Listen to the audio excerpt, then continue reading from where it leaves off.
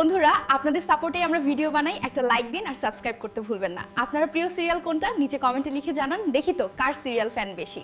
লাজুর চোখের জল মুছিয়ে মাঝরাতে ভালোবাসার কথা স্বীকার করল অনুভব। কিন্তু এই ভালোবাসা কি সব বাধা ভেঙে জিততে পারবে? অবশেষে লাজুর চোখের জল মুছে দিল অনুভব। মাঝরাতে ফোন করে লাজুকে যা বলল, তাতে কি লাজু তাকে ক্ষমা করতে পারবে? জানতে হলে শেষ পর্যন্ত দেখুন। গল্পের শুরুতেই দেখা যায় অনুভব কিছুতেই লাজুর পাশ থেকে সরবে না, আর এমনটাই বাড়ির সবাইকে জানিয়ে দেয়। সবাই খুব ভালো মতোই জানে, বুঝতেও পারে যে লাজুর প্রতি একটা অন্য রকমেরই ফিলিংস আছে অনুভবের। এর মধ্যেই অনুভব তো চলে আসে ঘরে আর বলে লাজুকে ওরা আবার ডিস্টার্ব করতে পৌঁছে যাবে না তো হস্টেলে। এদের কিনা বিশ্বাস নেই, এরা সব কিছুই করতে পারে। তার মাঝখানেই লাজুকে ফোন করবে বলে ঠিক করেছিল অনুভব, কিন্তু ফোনটা করে না। তারপরে চলে আসে বনলতা আর বলে, অনুভব কেন এইসব ঝামেলার মধ্যে নিজেকে জড়াচ্ছ? এগুলোর কি খুব দরকার আছে? ছাড়ো না, দরকার নেই এসব ঝামেলার। এরপরে অনুভব বলে, আমি কি করব আর কি করব না সেটা কি আমি তোমার কাছ থেকে শিখব? আমাকে এইসব কিছু একদম বলতে আসবে না, আমার ভালো লাগে না। তোমার যা ইচ্ছা করো, কিন্তু আমার ব্যাপারে কোনো রকমের কোনো নাক গলাবে না। বনলতা বলে, সবসময় তুমি আমার সাথে এমন বিহেভিয়ার কেন করো? আমারও তো কষ্ট হয়, সেটা তুমি বোঝো না? অনুভব বলে, তাহলে ডিস্টেন্স মেনটেন করে চলো। আমি না এখনো ভুলে উঠতে পারিনি সেই রাতের কথা। তুমি আমার সাথে, আমার পরিবারের সাথে ঠিক কত বড় অন্যায় করেছিলে। বনলতা বলে, মানছি আমি একটা অন্যায় করেছিলাম, আর তার জন্য আমি অনেকদিন শাস্তিও পেয়েছি। কিন্তু তুমি যদি আমাকে ক্ষমা করতে নাই পারো, তাহলে কি করে হবে? একবার অন্তত আমাকে ক্ষমা করে দাও, দেখবে সব ঠিক হয়ে যাবে। আর কখনোই আমি কোনো রকমের কোনো খারাপ কাজ করব না। কিন্তু অনুভব বলে, তোমাকে আমি ক্ষমা করতে পারবো না। যতদিন বাঁচব ততদিন তোমার এই কথাগুলো মাথায় রেখে দিব। তাই আমার সাথে একদম সম্পর্ক তৈরি করতে আসবে না। কি ভেবেছ? হ্যাঁ, কি পেয়েছো লাভ? কোনো কিছু করতে পেরেছ? যেই তুমি আমার সাথে সম্পর্ক তৈরি করতে পারলে না, অমনি তুমি এখন ওই অসহায় নিরীহ মেয়েটার পিছনে লাগার জন্য উঠে পড়ে লেগেছ। শোনো, লাজুর কোনো ক্ষতি করতে তুমি পারবে না যতক্ষণ আমি বেঁচে আছি। আমি কি কাউকেই লাজুর কোনো ক্ষতি করতে দেব না, বিশেষ করে ওর পড়াশোনাই তো নাই। তাই বলছি, এসব বেকার চেষ্টা করে কোনো লাভ হবে না। তুমি কিছু করে উঠতে পারবে না। আর এটা শোনার পরেই বনলতা বলে, তুমি শুধু শুধু আমাকে ভুল বুঝছ।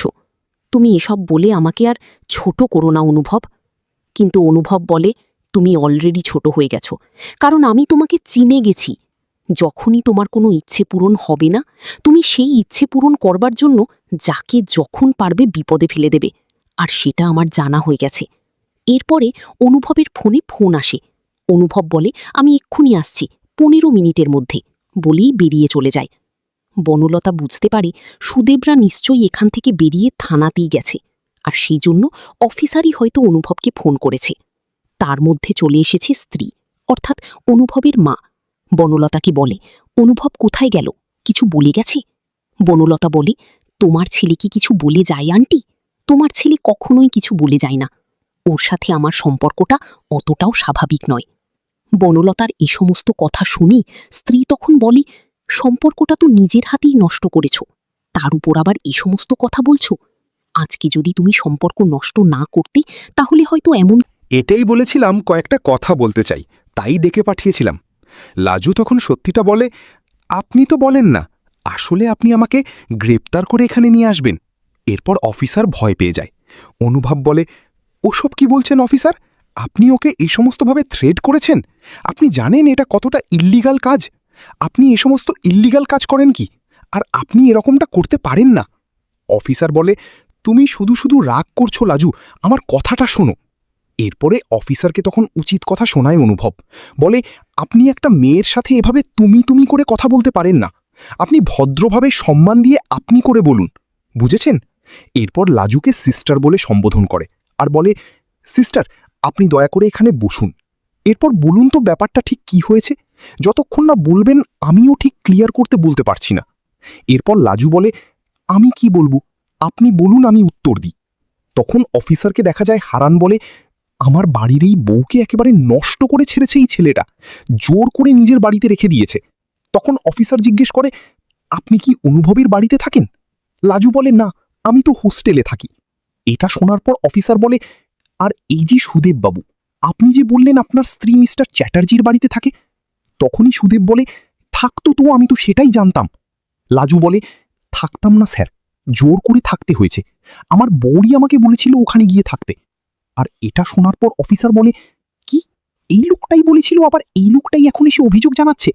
এই যে মশাই, আপনি কি বলুন তো?